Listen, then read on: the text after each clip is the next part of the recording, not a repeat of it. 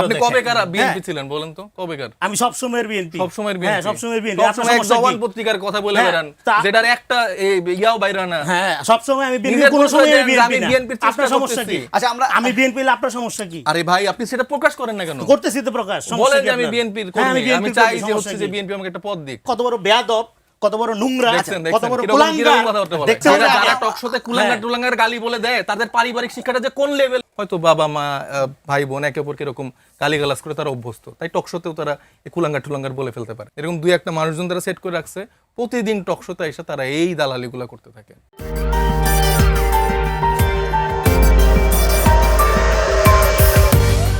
যখন হামলা হয়েছিল আমার ছোট ভাই নাসিরউদ্দিন পাটোয়ারির উপর, আমি বলছিলাম যে পারমাণবিক ডিম হামলা।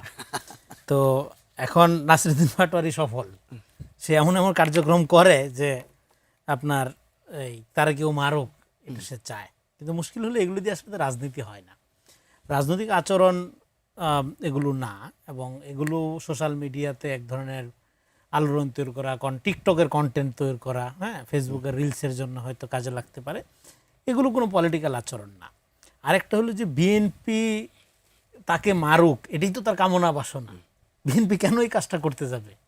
আপনি এটার আমি একটা উদাহরণ দিছিলাম যে ধরেন আগের দিনে ছিনতাই হইতো কিভাবে, একটা সংঘবদ্ধ চক্র থাকতো, তারপরে ধরেন একজন যাইয়া, একটা ভদ্রলোক যাচ্ছে, মানে যে টার্গেট যাকে ছিনতাই করা হবে তার গায়ে ধাক্কা মারতো, তারপরে 4-5 জন আইসা ঘিরতো, হ্যাঁ, তর্কাতর্কি হইতো, তারপরে ঠেক দিয়ে সব নিয়ে নিত। তো ফলে এটা একটা কমন মডেল। যখন মানুষ জানাজানি হয়ে গেল, তখন কেউ যখন ধাক্কা লাগাইতো তখন কেউ তর্ক করতো না, দূরে থাকতো যে ধাক্কা মারছে, কারণ এরপরে তর্কে গেলেই বাকি সিনারিওটা হইলো সে পথের ফকির হয়ে যাবে। একইভাবে নাসিরউদ্দিন পাটোয়ারি যখন কোনো জায়গায় যায়, বিএনপির লোকজন 1000 মাইল দূরে থাকে। এটা খুবই আনফরচুনেট যে আসলে এইরকম একটা হামলাকেও যদি রনি ভাইরা যদি জাস্টিফাইড করে, যেটা জাস্টিফাইড করছি না এটা কোনোভাবেই। আমরা আপনি প্রশ্নটা করার মধ্যে যেটা ভুল যে দেরি করে আসাতে না, আমি সাইদ মুস্তাফিজ না আমি আসার সময় আমি লাইভ দেখছিলাম, আপনি বলতেছিলেন কি বলছে যে হামলা আমি অভিনন্দন জানাই, নাসিরউদ্দিন পাটোয়ারি সমর্থন করি, নাসিরউদ্দিন পাটোয়ারি মার খাওয়ার জন্য এই কাজগুলো করছে, বা এটা আসলে খুব লেম, এরকম আপনি বলছেন। কি বলছি, কোথায় জাস্টিফাই করলাম? এই যে কমেন্টারি, এটা মিথ্যা, এই প্রতিবাদ জানায় রাখলাম, আলোচনা প্রতিবাদ জানায় রাখেন, কিন্তু আপনার এই 8 মিনিট যতক্ষণ বক্তব্য রাখছেন এটা তো পরবর্তীতেও দেখতে পারবে। তো ওই যে ধরেন যে এই যে ক্ষমতার যে একটা স্বাদ গায়ে লাগানো, এই যে রনি ভাইদের গায়ে লেগে গেছে, তারা, আমি জানি না তিনি কতদিন ধরে আসলে বিএনপি করেন, তিনি বিএনপির থেকে বড় বিএনপিকে সে যেভাবে আসলে সবকিছুতে ব্ল্যাঙ্ক চেক দিয়ে বৈধতা দিয়ে দিচ্ছে, আল্লাহ তাআলা, আমি দোয়া করি তাকে যেন একটা ভালো মূল্যায়ন যেন পায়। আমি ন্যারেটিভের বারে একটু ফ্যাক্ট নিউজ একটু কথা বলার চেষ্টা করব। তো সেই ন্যারেটিভ আর ফ্যাক্টের ধাঁধায় একটা মানুষ ঝিনাইদহে সে হচ্ছে নামাজ পড়তে গেছে, সেখানে বিএনপির এই মানে ছোট লোক জাতের যে নেতারা, তারা যে ডিমের হামলা করে দিল, যাই হচ্ছে যে অস্ত্র শস্ত্র নিয়ে হামলা করে ফেললো।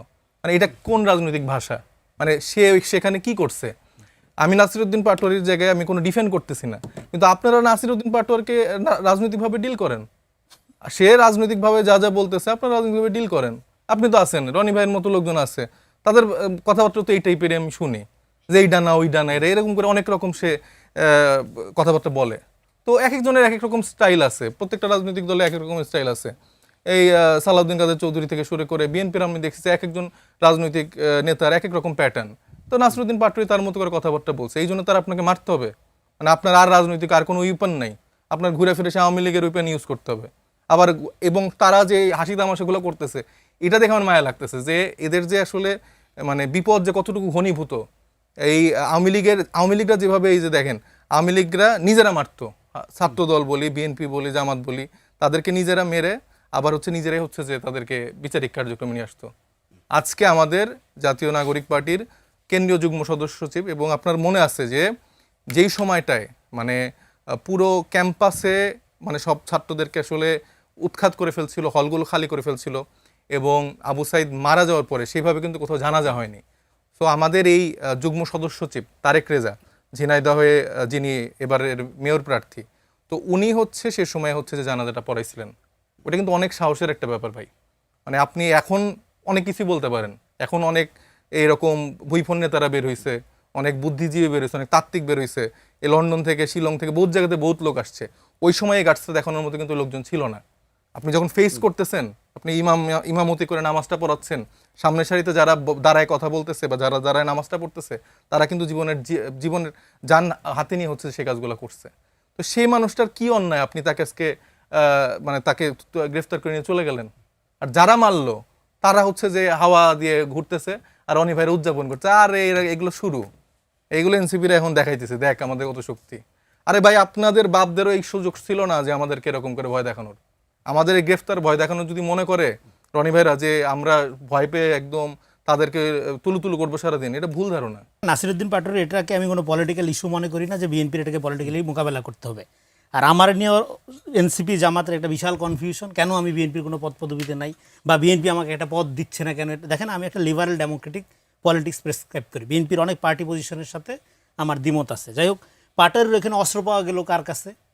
এই যে ব্লু টিপ শার্ট পরা যে তার প্রোটোকল বাহিনী যেটা তারা ছিল, তার এনসিপির একজনের কাছে তো অস্ত্র পাওয়া গেল। সেই অস্ত্র কিভাবে আসলো তার কাছে? অস্ত্রের লাইসেন্স কে দিল? হ্যাঁ, বন্দুক প্রথমে বাইর করছে, যেটা স্পষ্ট ভিডিওতে দেখা যাচ্ছে যে বন্দুক প্রথমে নিয়ে বের করলো, তারপরে একজন আইসা বাধা দিল, পাঞ্জাবি পরিহিত একজন, তারপর সে আবার পকেটে ঢুকাই ফেললো। মানে আপনার জয় খালি ওই বন্দুকটা বের করে দেখছেন, বন্দুক আর আগে হচ্ছে মারামারি গুলো দেখেন না। এখন বন্দুক বের করা এখন এর বৈধ হয়ে যাবে তাদের কাছে, তাদের ন্যারেটিভের কারণে বন্দুক বৈধ হয়ে যাবে। একটা বন্দুকধারী মানে আপনি নিয়ে সে যাচ্ছে, তার মানে কি উনি হচ্ছে সন্ত্রাস করাটাই আমি শেষ করি।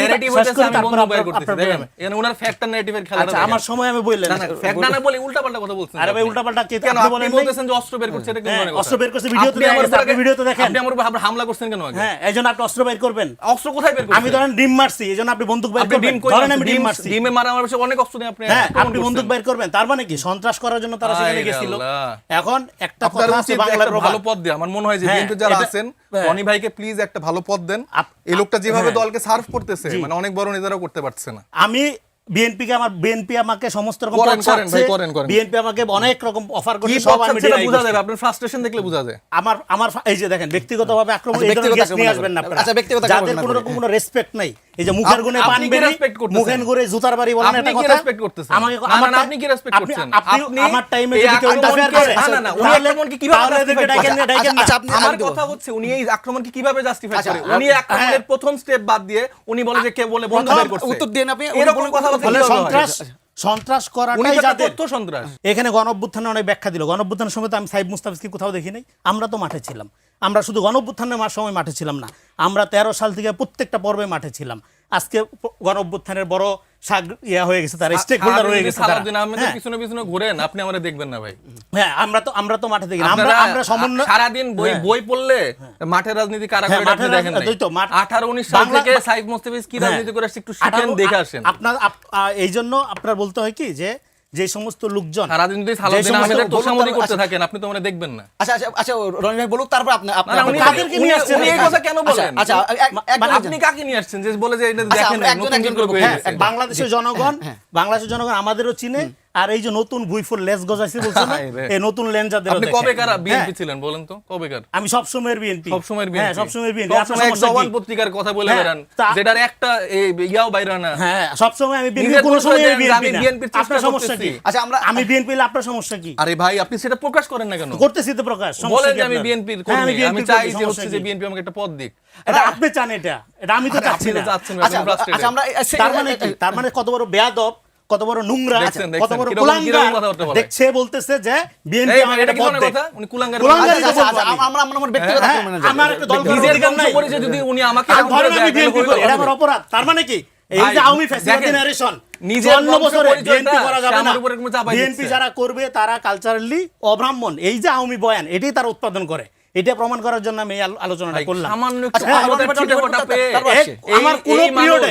আমার কোন টাইমের মধ্যে কিন্তু সে কুলাঙ্গার বলবো না কেন? একটা লোক কথা বলতেছে, সেখানে কন্টিনিউ ইন্টারফেয়ার করতেছে, তার কতটুকু বলবো? মুস্তাফিজ সাহেব, আমি কি কথা বলছি তার টাইমে? কথাবার্তা বলবেন, আপনাকে কি থামানো যাবে না? আপনি ভুলবা কেন কথা বলছেন? আপনি শুদ্ধতা দাঁড়ান কে? আপনি আমি আপনার সাথে আপনি বললেন শুদ্ধ ভাষা। আচ্ছা, আমরা আপনি কোন পীর? আপনার এই ফ্যাক্ট নারেটিভের পীরগিরি। আমার সাথে বসে ভাই আপনি সব উল্টাপাল্টা তথ্য দিতে পারছেন। আপনি কেডা? আমি কেটা মানে আপনি কে কইছিলেন?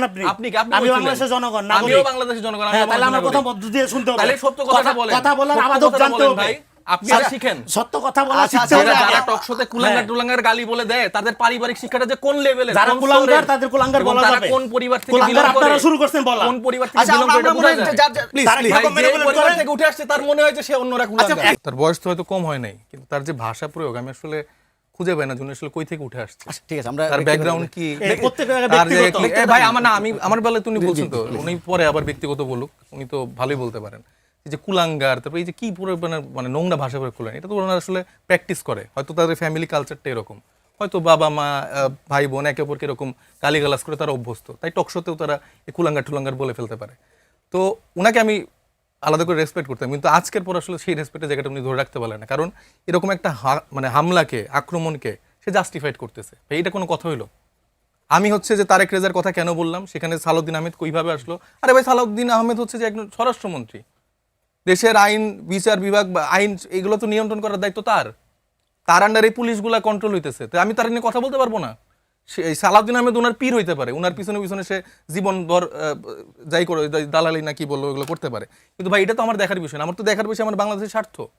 আমার বাংলাদেশে প্রতিদিন মানুষ মারা যাইতেছে, প্রতিদিন গুলাগুলিতে মারা যাচ্ছে, ধর্ষণ হচ্ছে, তারপরে মানে প্রত্যেক দিন অনেক, মানে আপনি পেপার খোলেন, আপনার নিউজ দেখেন, তো এটা কারে দায় দিব? এরকম দুই একটা মানুষজন তারা সেট করে রাখছে, প্রতিদিন টকশোতে এসে তারা এই দালালিগুলা করতে থাকে। আমি যখন আপনাকে ফ্লোর দিব আপনি আবার আমি এই উত্তর দিব। কথার উত্তর ঠিক দিবেন। আছে, ঠিক আছে। এই অনুষ্ঠান কিভাবে চলবে